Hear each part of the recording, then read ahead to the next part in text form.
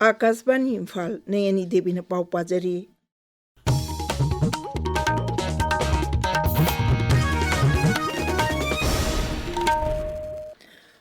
मणिपुर विधानसभा हौजिक तोंगान तोंगान विभाग 8 की demands for grants pass तौनबा खन्नरी।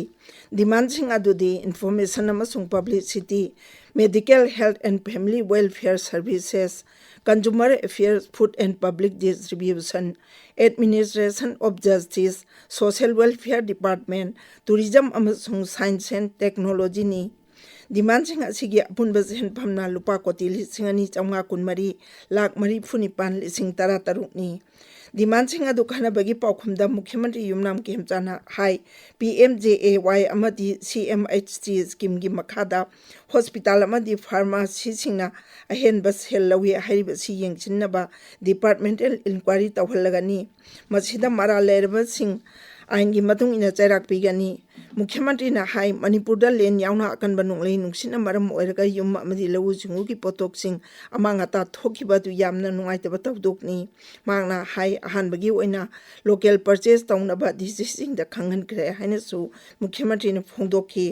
पाव असि पीबा मतम फावबा मखाताना खन्ना नैनरी। खन्नबा अदुदा कांग्रेस की TH लोकेश्वर अमसुंग सूर्य कुमार ओक्रमन चिंगबा सरुक यारी।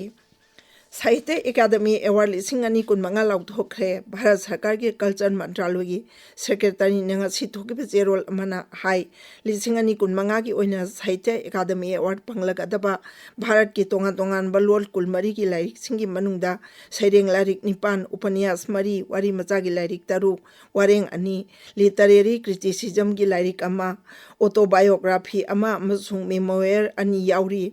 ngasi lauthokiba mana asida manipuri lolgi oina hawbam nalini ne iba wari machagi lairik kanglam dribai ifut yaure। mana sing asi tha ji ki kuntrama toida New Delhi da pangtokpa tauram amada yenthokani। mana asida seloina lupa lakh ama copper plug ama masung solama yauri। India meteorological department Imphal center ना हाइरी राज्य सी तोंगान तोंगान जिला सिंह दा लागलिबन मिन मरीनी असिदा अखाक अराव यावना नोंग चुगनी। जिला सिंह अदुदी तमेंगलोंग, सेनापति, Imphal waste, Imphal east, नोने अमसुंग बिष्णुपुर जिला नी। अतई जिला खरदना लागलिबन नुमित मंगानी असिदा नोंग चुरब याई हाइरी। मियामना तेगलक तुरकप याबा उवाना चिंगबगी मखादा लैतनबा दरकार लैतन चतोक चसिन तौदनबा मदी सरकारना थोकपा एडवाइजरी सिंह मपुंग फाना सनबसु जिला सिंह असिगी डेपुटी कमिश्नर सिंह अपील तौरी। केंद्र की जल शक्ति मंत्री CR पाटिल ना हाइरी इंकुमजा 2018 हौदोकिबदगी जल जीवन मिशन ना हुजिक फावबदा चाउना खुमांग चाउसिनबा ngamle। स्कीम असि मखादा इमुंग कोटी 15 लाख 42 हेनबदा तोटी इसिंग फंगले। राज्य सभा दंगसी वाहंग पाखुंगी मतमदा मंत्री ना हाई इंकुमजा 2018 स्कीम असि हौदोकपा मतमदा खुंगंगी इमुंग कोटी 3 लाख 12 रोम खक्तमक तोटी इसिंग फंगलमी। महांगना हाई मतमदुदगी हुजिक फावबदा इमुंग कोटी 15 लाख 42 रोम यौरे। मथंगी तांकंगता कनेक्शन कोटी 3 लोम पीनबा पांदम थमली। केंद्र की रूरल डेवलपमेंट राज्य मंत्री कमलेश पासवान हाइरी इलेक्ट्रिक बाइसाइकिल सीजन पुंग इंगतगपना खुंगंगी पुंची महिंग हेन फगत अनबा मसुंग लेबाक सिन थुंगबदा नुपीदा शक्ति पिबंग अमगनी। इलेक्ट्रिक बाइसाइकिल सीजन अदुना चथोक चसिंगी खुदोंग जाबै हेनगत हाइबै इरमदा पांगतोकपा जाति थाकी वर्कशॉप अमदा वांगांगबदा मंत्री न वफम सि फोंदोखिबनी। थौरम दु रूरल डेवलपमेंट मंत्रालयना श्री थौरांगी मखादा कन्वर्जेंस एनर्जी सर्विसेज लिमिटेड का खुसमना सिनबनी। सिविल एविएशन मंत्री A राम मोहन नायडूना हाइरी नोंगजोब एशिया दा लाल थोकनी चरक असिदा पैसेंजर लाख 2,18 हेन भारत लाखले।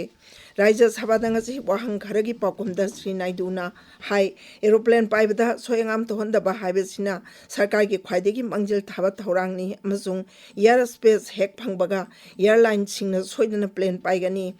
मंत्री ने मखाताना हाई नोंगचुब एशिया की एयर स्पेस थिंजिन खिबदगी भारत की एयरलाइन सिंगना फ्लाइट 4,300 हेना पाइब लेपखी अदुगा मपान लेबा की एयरलाइन सिंगना फ्लाइट 1,000 हेना पाइखिदे।